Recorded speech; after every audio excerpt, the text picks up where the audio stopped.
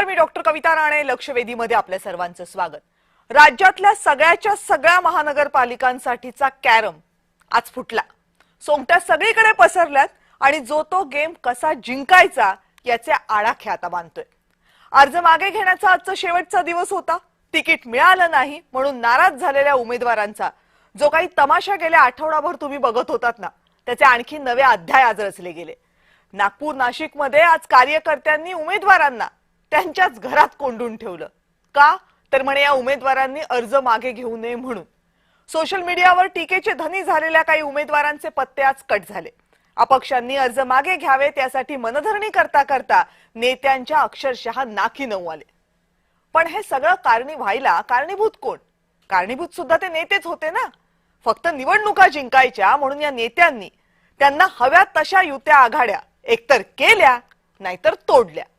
तब्बल 20 वर्ष वेगवेगळे लढलेले ठाकरे बंधू या निवडणुकीपुरते एकत्र आले. राज्यामध्ये विरोधात असलेले 2 पवार 2 महानगरपालिकांसाठी एक झाले. युतीमधल्या अजित पवारांना मुंबई महानगरपालिकेच्या रिंगणात भाजपनं थेट बाहेरचा रस्ता दाखवला. युतीतले भाजप शिवसेना पालिकांच्या रिंगणामध्ये एकत्र लढतायत की विरोधात हे त्यांच्याच कार्यकर्त्यांना कळत नाहीये. बरं, आता इतके सगळं करूनही हे नेते थांबले नाहीयेत.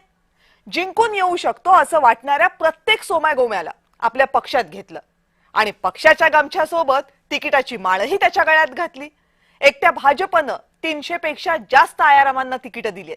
सर्वपक्षीय नेत्यांची आयारामांसाठीची हौस इतकी दांडगी आहे की अख्ख्या शहरानं ओवाळून टाकलेल्या गुंडांच्या घरातही तिकीटं वाटलीत.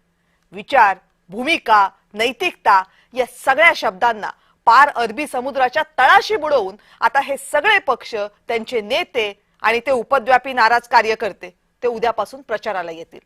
आणि त्या प्रचारामध्ये या सगळ्या राजकीय चिखलाचा उल्लेखही नसेल.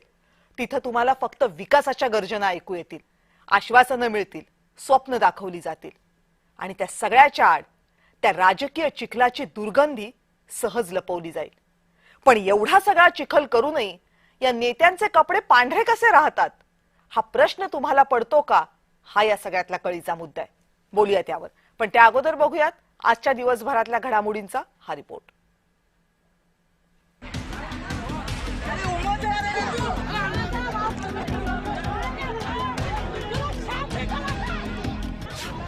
आगामी महानगरपालिका निवडणुकांच्या निमित्तानं महाराष्ट्रातल्या राजकारणाची हिंस्त्र बाजू वारंवार समोर येऊ लागली.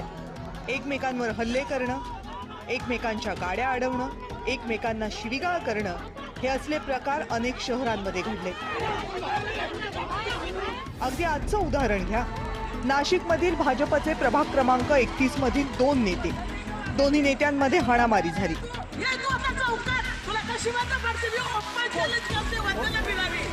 भाजपचे अधिकृत उमेदवार बाळा शिरसाट आणि देवानंद बिरारी यांच्यात वाद झाला आणि पुढे प्रकरण हाणामारीपर्यंत पोहोचलं. देवानंद आणि त्यांच्या पत्नी वंदना बिरारी उमेदवारी अर्ज मागे घ्यायला आले होते. तिथेच बाळा शिरसाट आणि त्यांच्यात वाद झाला.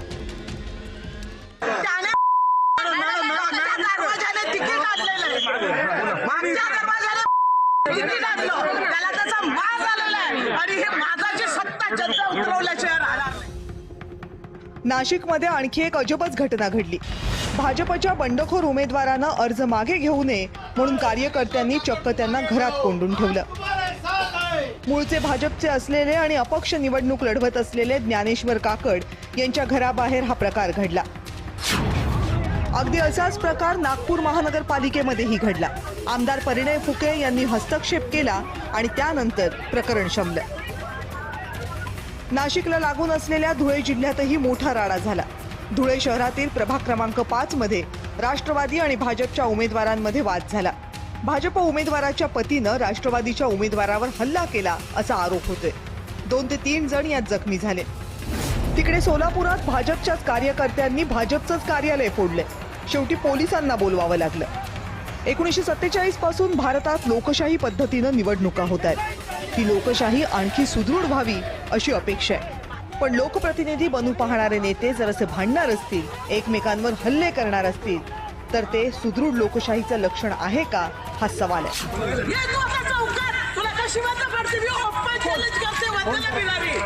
सर्व राजकीय पक्षांनी याबाबत आत्मपरीक्षण करण्याची गरजही तितकीच आहे. ब्युरो रिपोर्ट, जय महाराष्ट्र.